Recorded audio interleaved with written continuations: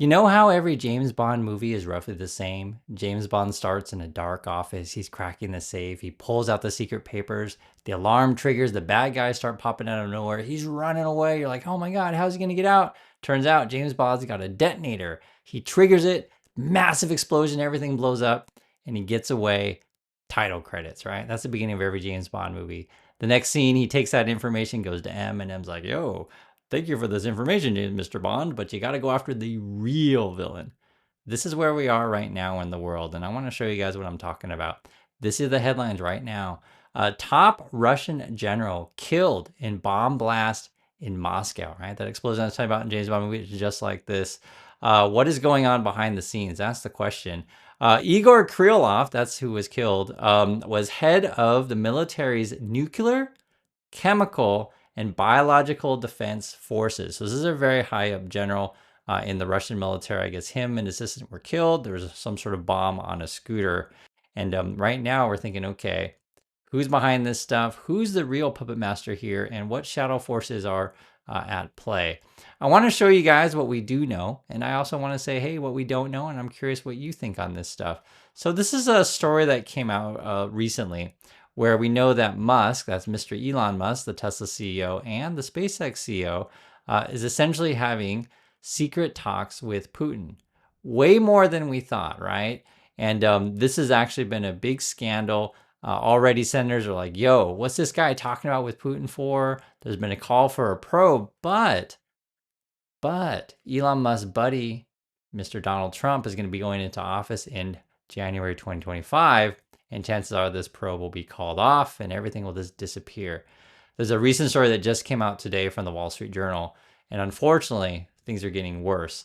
How are they getting worse? Well, we're talking about security clearances here, and what information does Musk have, and what kind of security risk could he pose to the United States and the world? Basically, what's going on over at SpaceX, they were originally applying for Musk and security clearance, and they were debating, which level do we want to get him? Do we want to get him top secret security clearance or not? And if you're not familiar with SpaceX, essentially Musk company launches spy satellites into space, a bunch of top secret payloads, which you don't even know exactly what's on these things, and essentially deal with sensitive data every single day. So this is a top security risk and priority for the US. Ultimately, his lawyers decided not to, I repeat, not to get him top secret clearance because it just wasn't worth it. It would take too long, maybe it wouldn't pass, and it would jeopardize everything. Essentially, Musk is a security risk, right? His own lawyers are like, he is. Too much substance abuse, out of control, and also too much contact with foreign leaders, etc. So they decided not to get it for him. I'm talking about top secret security clearance. What's happening now, and all of this can change, is that Donald Trump is going to become president, and he could just like, you know what? I'm just going to give my first buddy everything that he wants, all the info out there. And that's sort of what we're talking about today, and why I think this is a massive, massive scandal in the making, and a massive, massive security risk. And it has a lot to do with our markets. Let me show you guys more what's going on. I actually saw this a week ago. I didn't mention it because there's so much crap that Mr. Musk tweets out all the time, but I want to mention now because I think it's important to point out. This was about a week ago. Elon Musk was like asking Grock, trying to demonstrate how awesome Grock is, right? That's his AI thing over there on Twitter. And he says, you can ask Grock questions about any current events and receive an accurate response with as much detail as you like. This is the question he asked Grock in order to advertise it to his fans. What territorial gains have been made by Russia in the past 2 weeks? Basically, he's celebrating that Russia's taking Ukraine's land. You can't make this stuff up. This is a week ago. And I mean, you're putting the pieces together and okay, what's going on here? And Russia is at the moment is really, really struggling, right? And so in my opinion, I think Putin's like, things aren't going great for Russia, right? Things aren't going great in Syria for us. If you don't know, Assad fell, basically ran away to Russia. That was supported by Putin. So I think Putin's putting all his concentration on influence in the USA, and that's just my opinion on that. Inflation's really awful over there. And so what I think is also happening, you have this because you have a similar situation all around the world where other currencies are unstable, other economies are unstable around the world. And not that the USA is any much better, right? Because you got Donald Trump coming to the office, but people are retreating either to crypto or the dollar. I think that's what's going on here because you're having massive inflation over in Russia. They even have double digit interest rates over there. I think it's like 23%, something crazy like that. And you also have this. You have a security risk with Tulsi Gabbard. She's, I think, Trump's, what they call it, I think it's top intelligence pick for her. Yeah, U.S. intelligence chief is what they're going to be calling her. And both Democrats and Republicans are worried about security risks. So you got Gabbard as a risk, you got Musk as a risk, and you got a bunch of money flowing around the world. Now, I understand, guys. I totally get it. Tesla stock has been going to the moon. Trump's, crypto stuff has all been going to the moon, etc. The thing is, like, we don't know where this money is coming from. That's the truth. We don't know. We just know there's a bunch of money coming in. We don't know exactly where it's coming from. And this is sort of why I'm putting the pieces together, what's going on.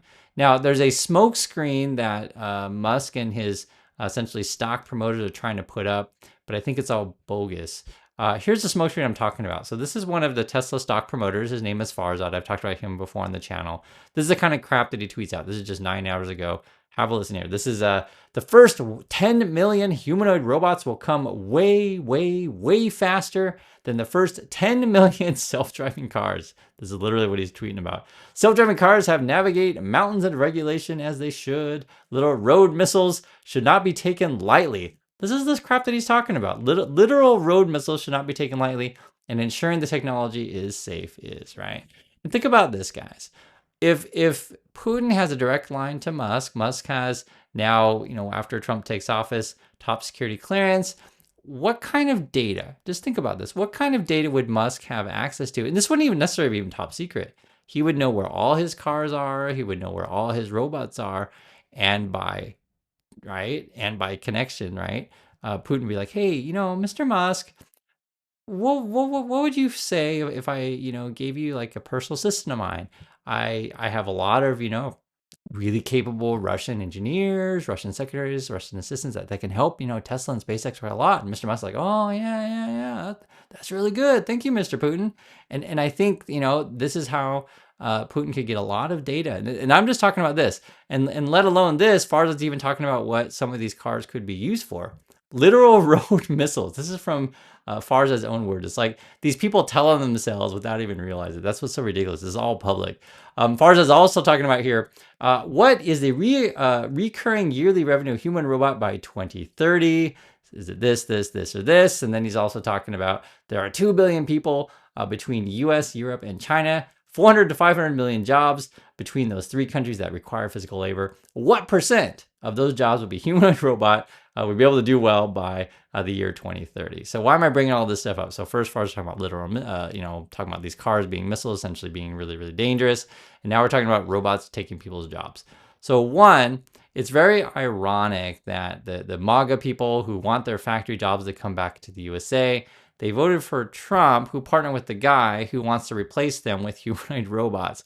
One, I don't think the robots are going to work anyway, so I don't think they necessarily have to worry. But the idea, though, that they're even looking for someone to replace, said people is kind of ridiculous. The other issue as well is the reason why I call this stuff a smokescreen is because they're trying to essentially explain why is Tesla stock going up. They're not necessarily saying, hey, it's a bunch of foreign money coming in to enrich Elon and his buddies, right? Or, hey, all these, foreign money's coming in to buy crypto and stuff like that. And Trump's getting into crypto, right? People aren't really talking about this. They're just like making up some stupid story that we're all going to be buying humanoid robots and humanoid robots are going to work in every factory around the world. It's utter nonsense. But that's the sort of like misdirection that they're trying to do. And that's sort of why I show you guys everything to the best of my ability. You also have this kind of nonsense. Is this a distraction or is this a real threat? And this is something I honestly, I don't know. I don't know what to make of this. And sort of, I'll just, pose this question to you guys. What do you guys make of this drone stuff? And that's the question. Is this some sort of like weird distraction? And this has been the talk over the USA. If you guys don't know, the Americans have been like talking about, hey, why are these drones flying over to Jersey? It's like Virginia, I think Philadelphia, even New York, even. It's like all over the place. I keep reading news on this stuff.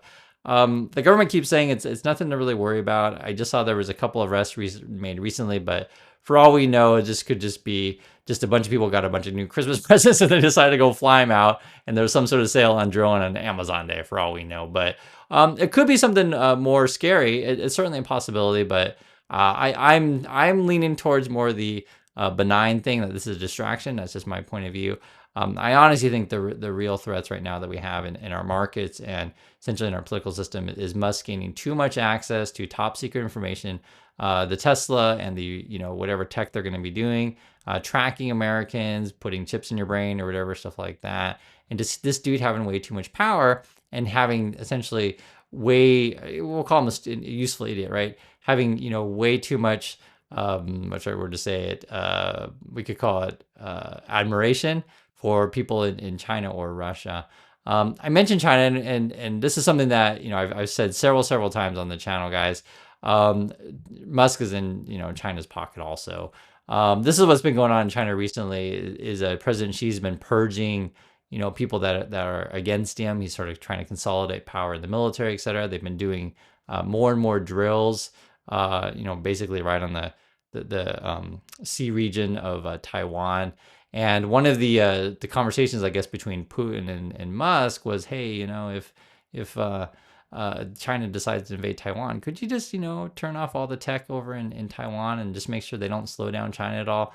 That kind of stuff. There's any number of interests that Putin has with building a relationship with. And I'm just talking about Musk. Who knows what they're going to be doing with the Trumpers and stuff like that. In my opinion, the thing that's really damaging with the Musk and the Trump stuff is those people literally attack American institutions on a daily basis, and it just keeps getting worse. I understand they're fanboys and fangirls, live and die just because they just want to own the libs and they kick out the dark people. That's all they're concerned about, right? But what kind of stuff are we talking about? Like, what do I mean by destroying institutions? Like we've heard, Trump already float the idea of getting rid of the FDIC. We see, Musk and Vivek talking about, hey, let's just cut all spending to anything that protects any kind of consumers whatsoever, right? Let's just get rid of it. You don't need consumer protection laws, forget that. You don't need labor laws, forget that, right? That just hurts us. Like, you don't need environment, who needs an environment? Forget about the EPA. Like, all these kind of things is destroying American institutions. We also had the conversation about like how they want to possibly put in Trump for a third term. I just made a video on that. They're already floating that idea. Like, all these crazy things are making USA really, really unstable. And when you put this all together, and I, the lead story here is Musk getting top, secret security clearance.